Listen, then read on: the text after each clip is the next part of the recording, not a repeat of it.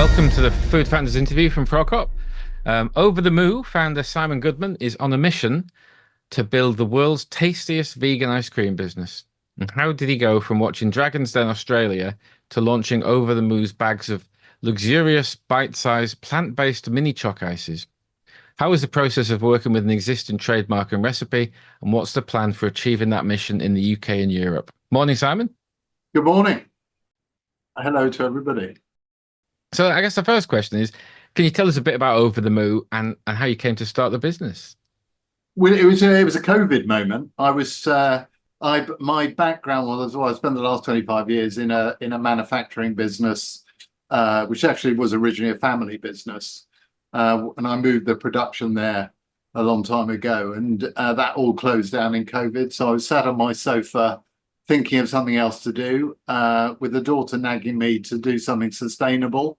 And I saw, just purely by chance, I saw this guy on Dragon's Den in Australia promoting his brand Over the Moo, which I tasted on a business trip there about 6 months before.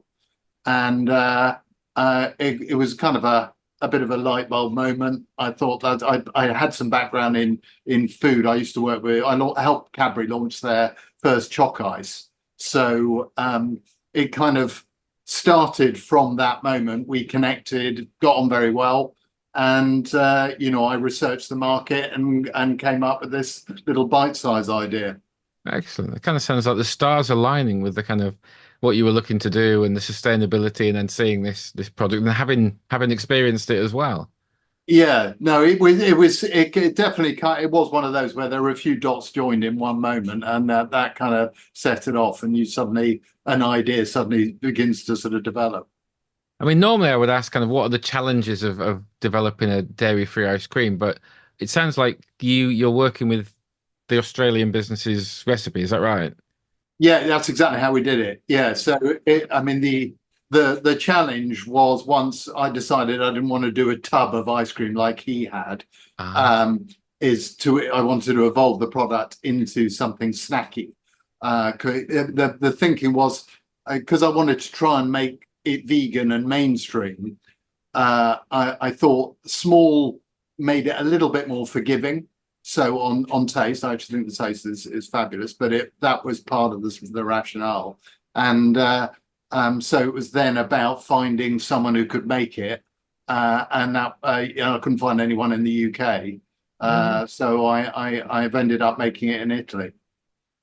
What was the challenge with the UK? The technical ice cream making ability, or the vegan, or the sustainability, or No, yeah, I mean, vegan wasn't the issue, because I'm actually developing some ideas with a factory in the UK at the moment, but they didn't have the machinery, and I've spent 25 years. I used to make everything I sold here in the UK, and one of the reasons for moving out of the UK is it's very, very difficult to manufacture in the UK without some very large orders behind you. Right. Okay, that's interesting. And I mean, you touched on what you were doing before with Cadbury. What have you done before? And has it been good preparation for doing this? So yeah, I was in the sort of agency world, and working for a PR communications company, and Cadbury was my main client while I was there, and that's when they launched their first ever choc ice with walls. So I was involved in that project, and I was a chocolate, I adore chocolate. So I had that at the back of my mind, and had done lots of sort of marketing communications and trade marketing things. And then I worked at Sony after that, doing their PR and advertising. Right. So I kind of knew brand. Yeah. I knew a little bit about food, but no, my manufacturing background, I took over a family business. I was like the fifth generation of the family to join it. So I was a very old traditional family business that's kind of evolved into other areas. What was the product in the family business?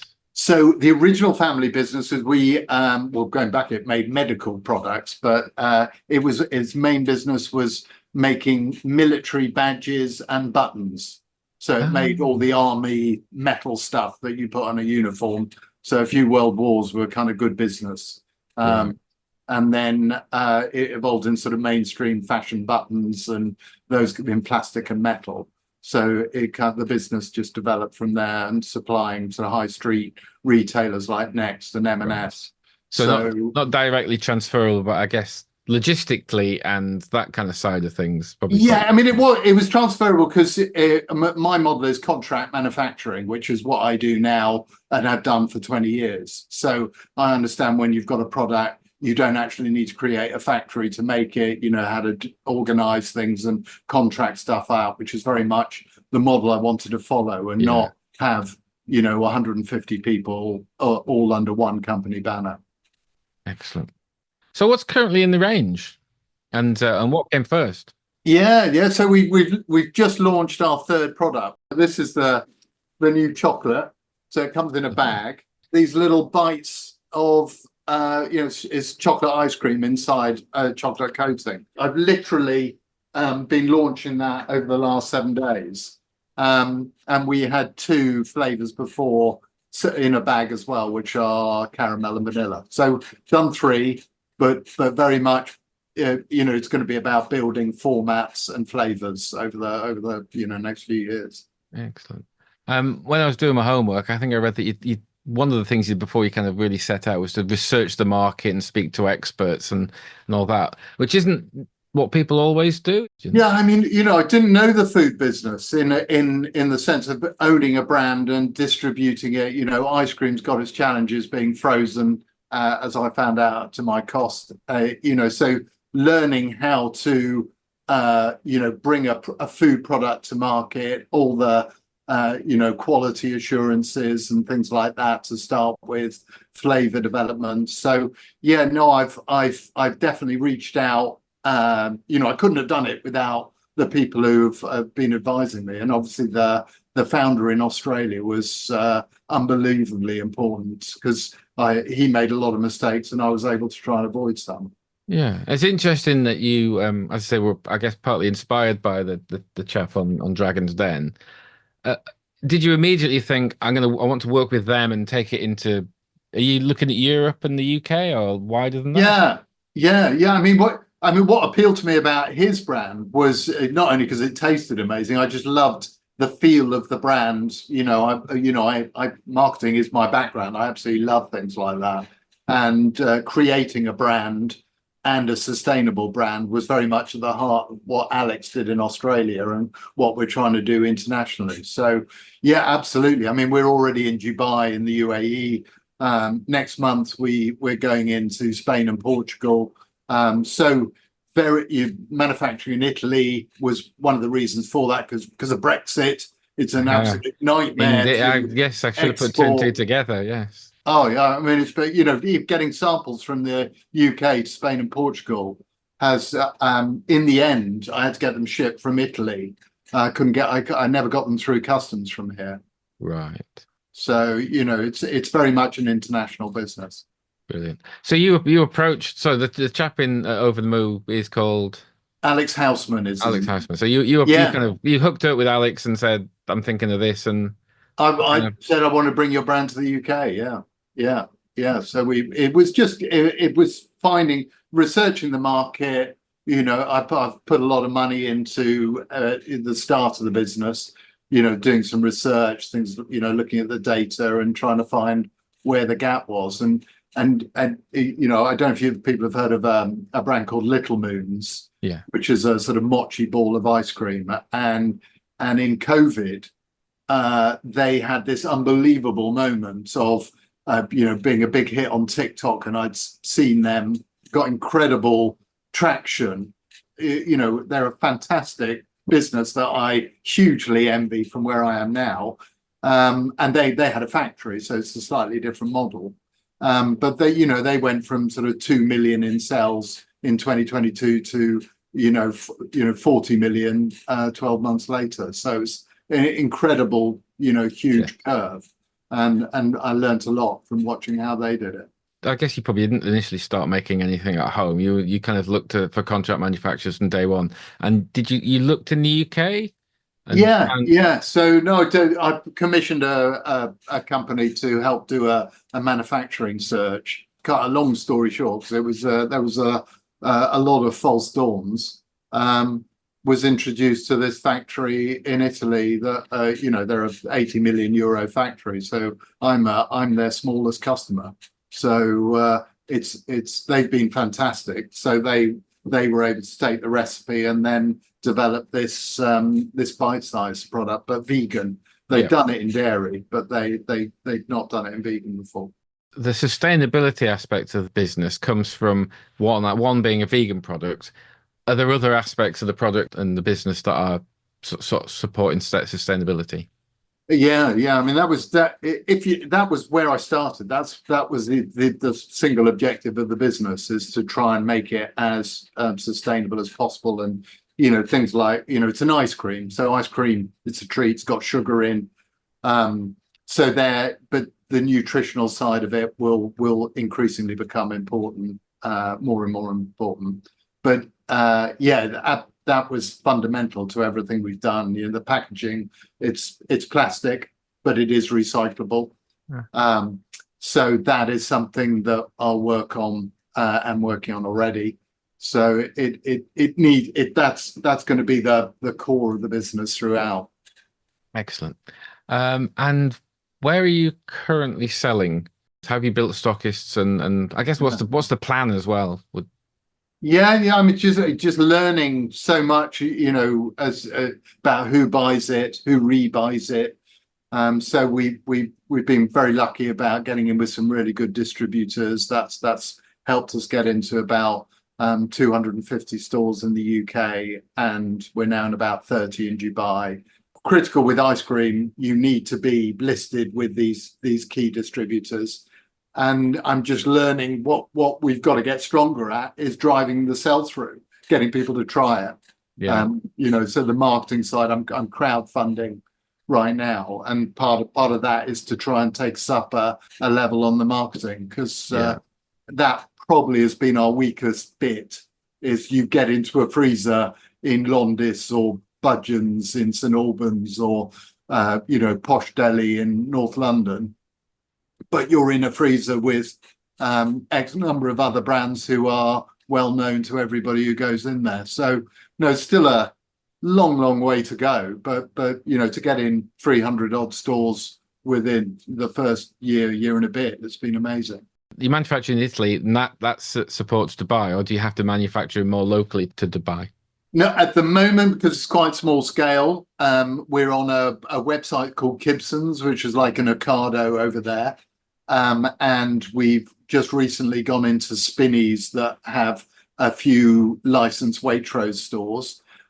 So that we're in about 30 of those. And it's just a small order. And so they take it from our UK stock and ship it with other goods that they consolidate. Okay, cool. So, but eventually shipping from Italy to Dubai will be easy.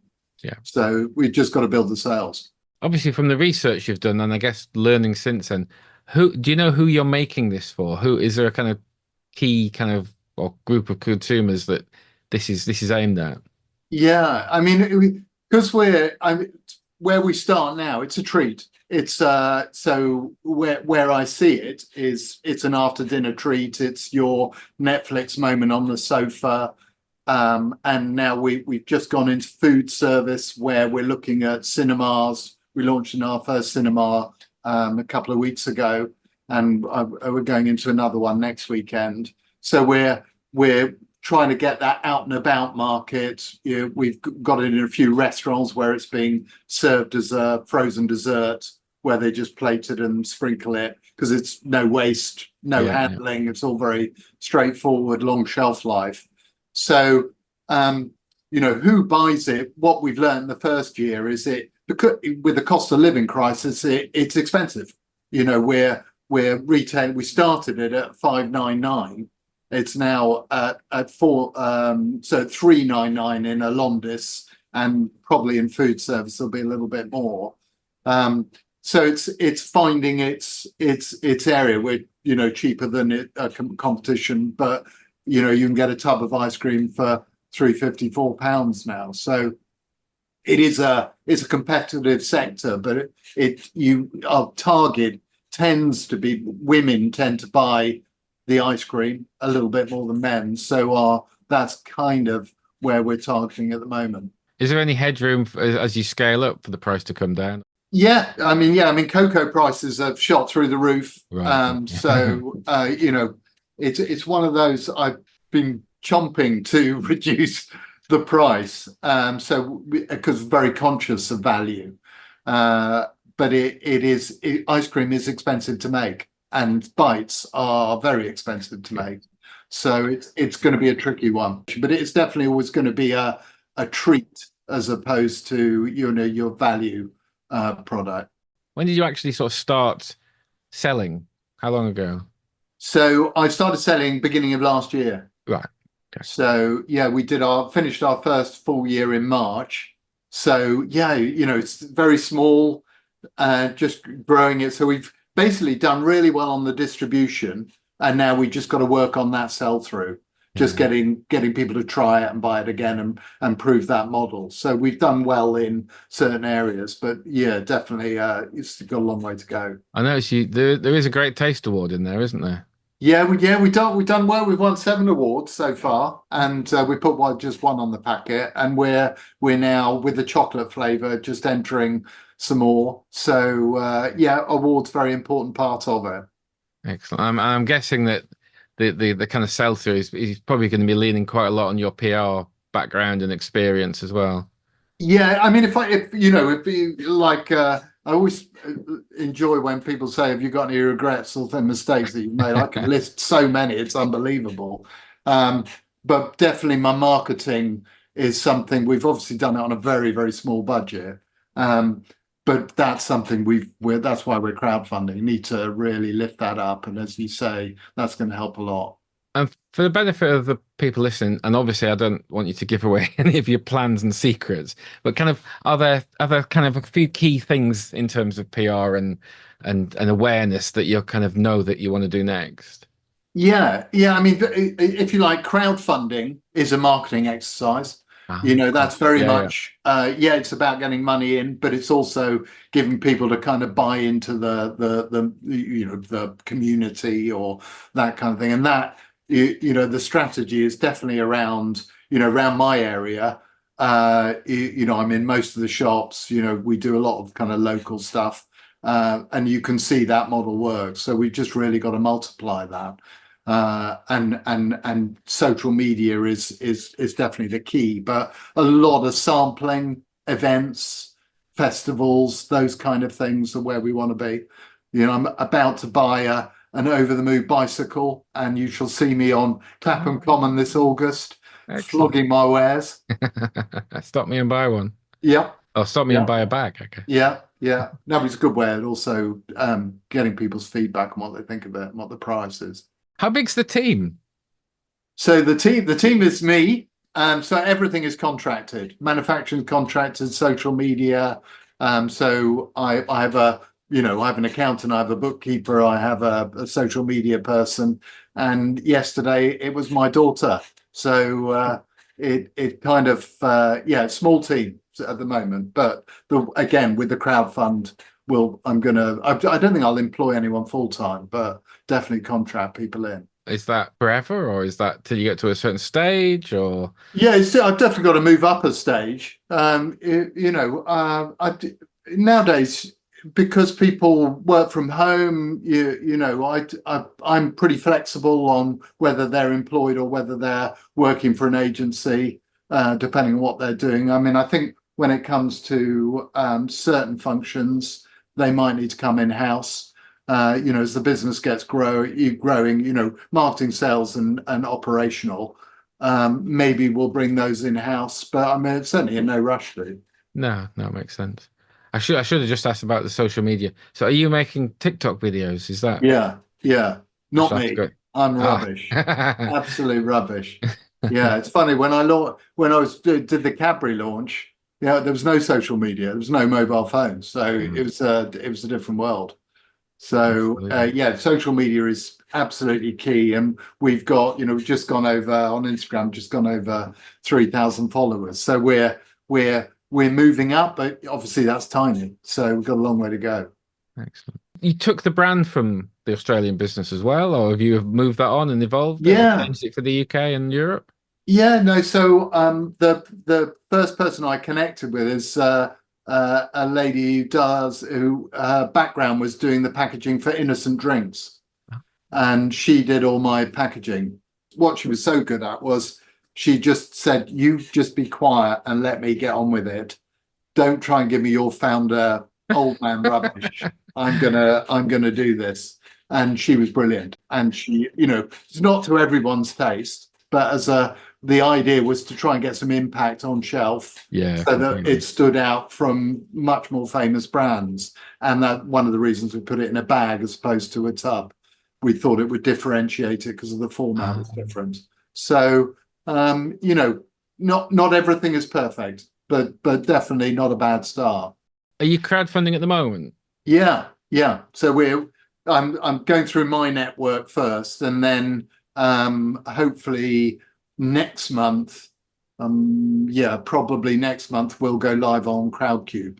And apart from that, the business kind of been self-funded, or you've funded the business so far. Yeah, I raised about 70,000 through some my kind of network, sort of friends and family, just to help finance the year one. But now, yeah, we're hoping to raise 300,000 in this run, and next year I'm sure we'll have another one. What's the relationship with the Australian business? Is it kind of like a franchise and no, you just use the brand, or is it more interlinked than that? Yeah, so I have the trademark for the regions outside of Australia. So we did an agreement around that. Alex is a shareholder and an investor. The objective is to bring the businesses closer and closer together, and I hope in time be one business. So Alex is a founder, I'm a founder, and we're both horribly possessive about what we've done. So but we do work very closely. I speak to him every month. So the idea is I'd love to create one business out of it.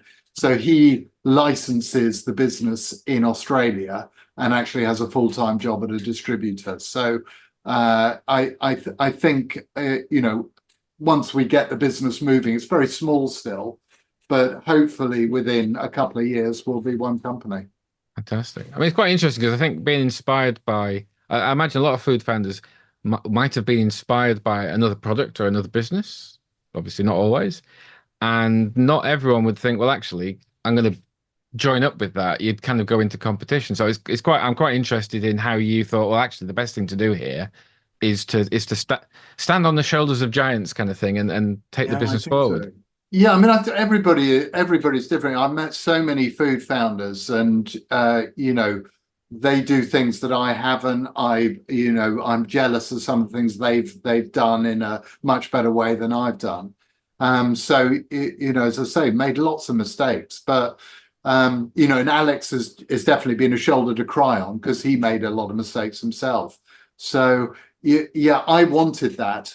I thought about creating my own brand, but I liked having something that had some traction.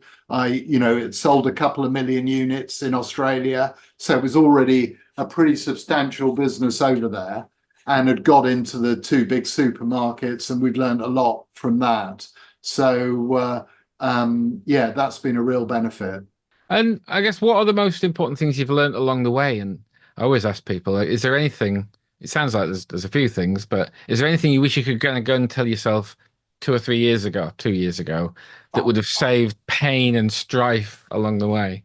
yeah, I mean, oh gosh, there's so many, so many, because I mean, just as an example, as I said, my model is where I'm getting advice. I've used consultants on a whole variety of things, I've wasted an awful lot of money. With social media is a very good example. People talk a great game on social media, particularly to a guy who doesn't know what he's talking about. So I'm looking for partners who are feeling it's like their own business. That's what a founder wants. Yeah. It's that passion to deliver what you would do if it was your own money.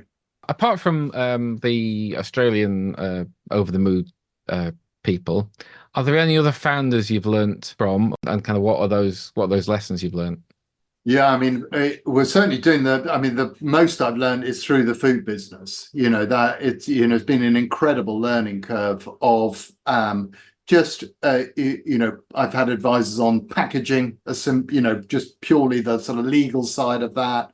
But I think the lesson that I sort of feel the strongest about is understanding the distribution network of a food business, and that you can't get anywhere with ice cream unless you are in with the distributors that deliver a frozen product to a shop or a restaurant or a cafe, coffee shop. So, where I've made mistakes is going to try and connect with the wrong people. Right. And that, I've learned that from talking to people who have been involved in the ice cream business or the food business. I've attended a lot of those kind of founder network events, and people are incredibly helpful on giving advice on things like that. But there are kind of established norms about getting frozen products into retail, and you can't, those are rules you can't break.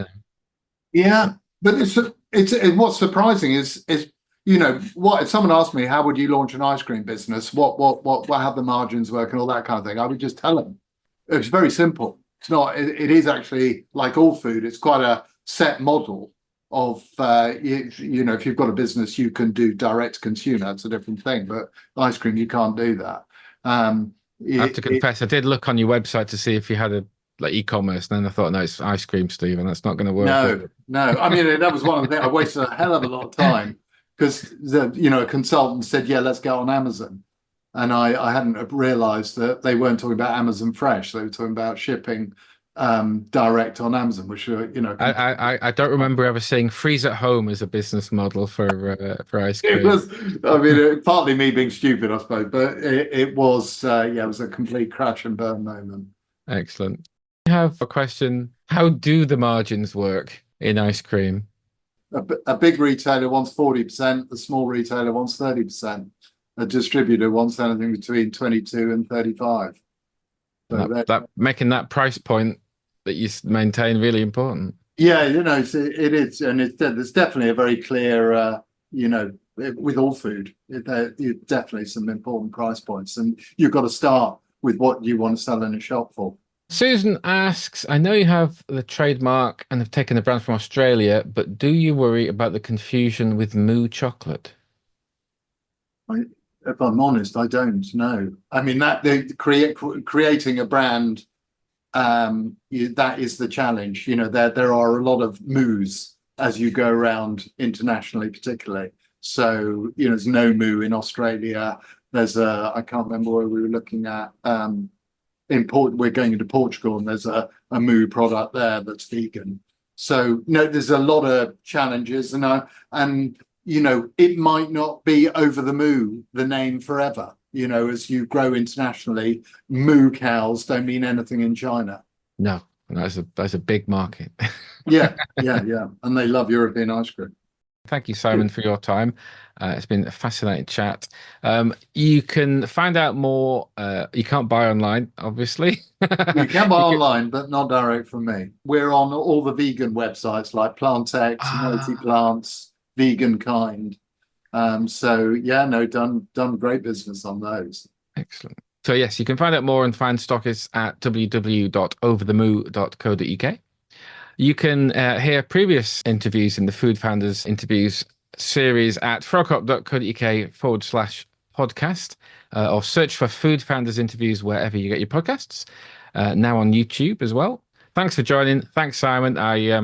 When you held up the product to the camera, as I say, I was hoping for Wonka vision, but Zoom hasn't got that yet. But I'm looking forward to my next encounter with Over the Moo. Yeah, lovely. Thanks, Stephen. Thanks everyone for joining. Bye.